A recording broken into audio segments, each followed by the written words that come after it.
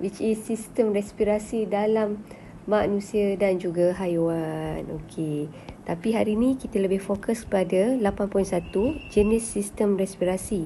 Okey, kita nak masuk subtopik yang pertama, 8.11 mengenal pasti struktur respirasi serangga, ikan, amfibia dan manusia. Kenapa empat organisma ni memerlukan sistem respirasi? Satu adalah disebabkan ini adalah organisma multisel. Bila organisma multisel, saiznya adalah besar. Bila saiznya besar, okey, ini kayak jumlah luas permukaan perisi padunya adalah kecil. Berbeza dengan amoeba. Kita dah discuss amoeba ni dalam bab 2. Okey, amoeba ni adalah organisma unisel. Kalaulah organisma unisel, saiznya adalah kecil. Bila saiznya kecil, okey, jumlah luas permukaan perisi padunya adalah besar. Oleh itu, pertukaran gas mudah berlaku. Okey, tukaran gas mudah berlaku. Dengan cara apa proses dia mudah berlaku?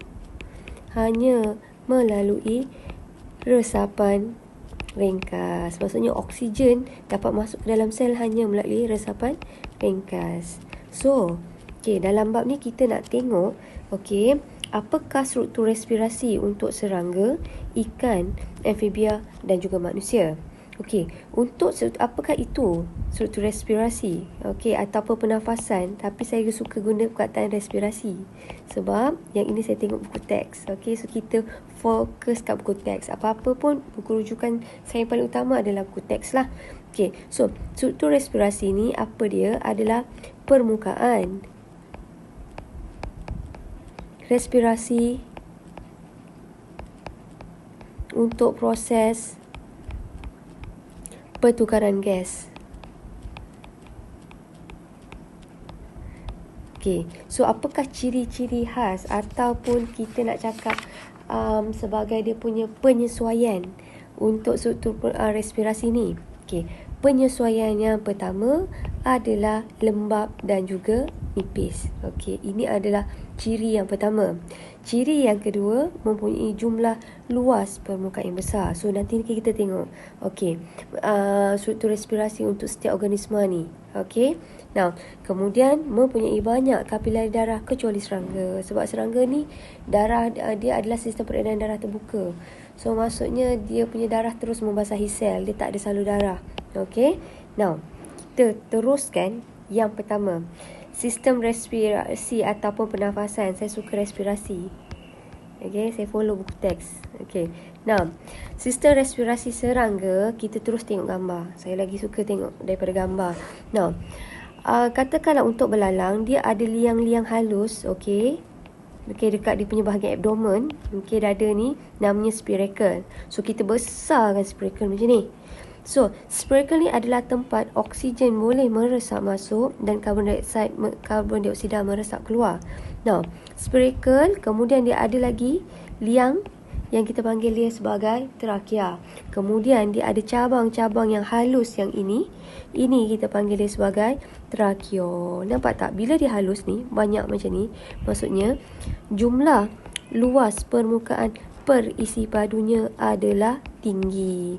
Dan dia tambah di sini kawasan di trakeol ni adalah lembab dan juga nipis. Oleh itu, oksigen senang meresap masuk ke dalam sel, manakala gas karbon dioksida mudah meresap keluar daripada sel. So, serangga, ciri struktur respirasinya adalah trakeol sebab dia ada adaptasi yang ni, penyesuaian jumlah luas permukaannya yang tinggi. Okey, sebab dia ada banyak bilangannya ni. Kemudian lembab dan juga nipis. So, oleh itu pertukaran gas mudah berlaku. Now, kita terus tengok pada ikan. Saya terus tengok gambar. Yang ni, you guys boleh baca. Kita terus tengok pada gambar. Okey. Now, ikan. Okey. Ikan ni, dia mempunyai insang. Insang ni adalah berpasangan. Kalau daripada gambar ni, berapa banyak insang ada? Ada 1, 2, 3, 4. So, ada 4 insang. Kemudian, insang ni, okey, Actually insang ni terdiri daripada filamen. Nampak tak filamen ni? Bilangan ni banyak kan? So, bila bilangan banyak macam ni filamen, kita kata filamen ni jumlah luas permukaan per isi padunya adalah besar. Tengok dia kalau apa? Merah kan?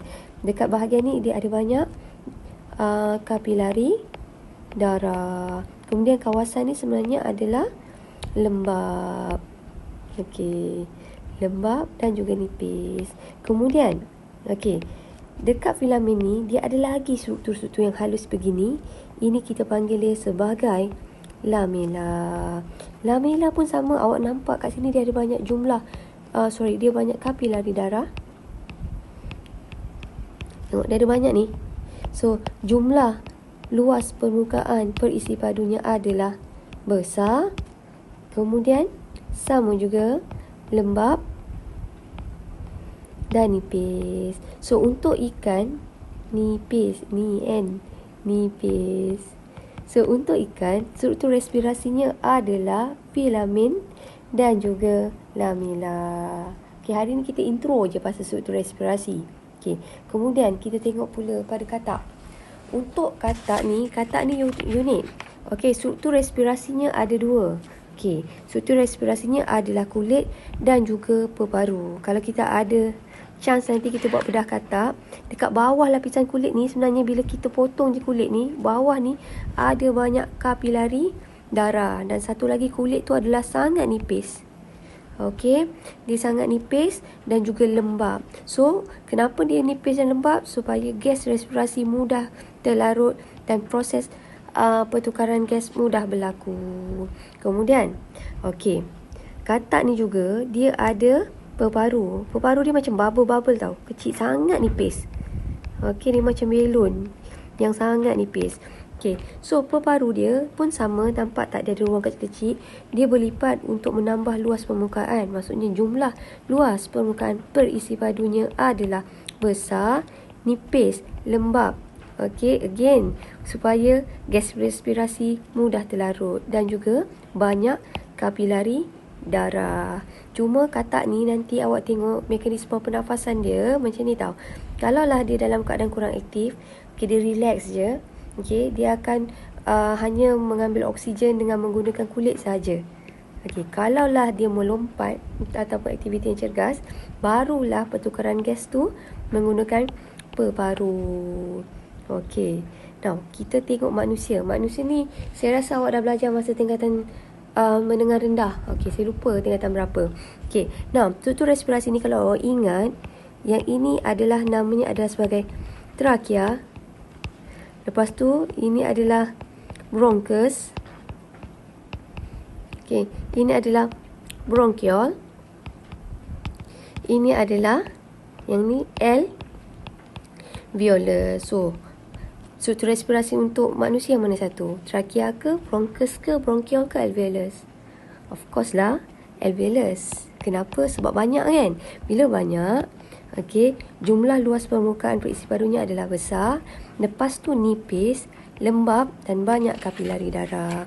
Kalau soalan periksa keluar, nyatakan ciri-ciri struktur respirasi. Kalau soalan nyatakan, awak boleh tulis dia jawab nipis, lembab, banyak kapilari darah dan jumlah luas permukaan perisi padunya besar. Tapi kalau dia kata terangkan, awak mesti bagi fakta, facts plus explanation. Maksudnya nipis kenapa? Untuk memudahkan proses resapan gas berlaku. Lembab untuk apa? Memudahkan gas respirasi mudah larut. Banyak kapilari untuk apa? So mudahlah gas respirasi ni diangkut masuk. So ingat kalau nyatakan, soalan nyatakan bagi fakta dan juga explanation. Kalaulah soalan nyatakan pula terangkan. Kalau nyatakan just cakap je lah nipis, lembab, banyak kapilari darah. So persamaan antara struktur respirasi serangga, ikan, katak dan manusia sama. Tadi persamaan dia jumlah luas permukaan perisi padunya adalah besar. Ini faktanya. Explanationnya untuk apa? Mudah pertukaran gas. Lepas tu fakta seterusnya, sistem respirasinya adalah nipis. Ini adalah fakta. Explanation dia kenapa? Memudahkan resapan gas respirasi berlaku.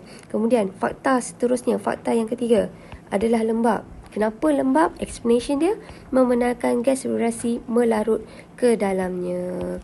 Kemudian last sekali, struktur respirasi mempunyai banyak kapilari darah. Faktanya, kecuali serangga, membenarkan pertukaran gas respirasi yang cepat. Ini explanation. So ingat, ada 4 fakta. Again, jumlah luas permukaan perisi parunya besar, nipis, lembab dan mempunyai banyak kapilari darah kecuali serangga. Nah, perbezaan. Kalau struktur respirasi untuk serangga namanya tracheal. Kalau ikan, filamen dan juga lamella. Kalau katak, KP, kulit dan peparu. Kalau manusia, alveolus. Tengok apa persamaan dia kat sini kan. Ini bilangannya yang banyak. Ini pun sama, filamen, lamella banyak. Peparu dia berlipat-lipat. Dan juga kulit dia, maksudnya badan tu diliputi oleh kulit lah. So of course lah penuh kan, banyak. Yang ini bilangan alveolusnya yang banyak. So kesimpulannya, struktur respirasi untuk semua organisma ni, serangga, ikan, katak, manusia, persamaannya adalah jumlah luas permukaan perisi parunya besar, nipis dan juga lembab. Itu sahaja. Terima kasih.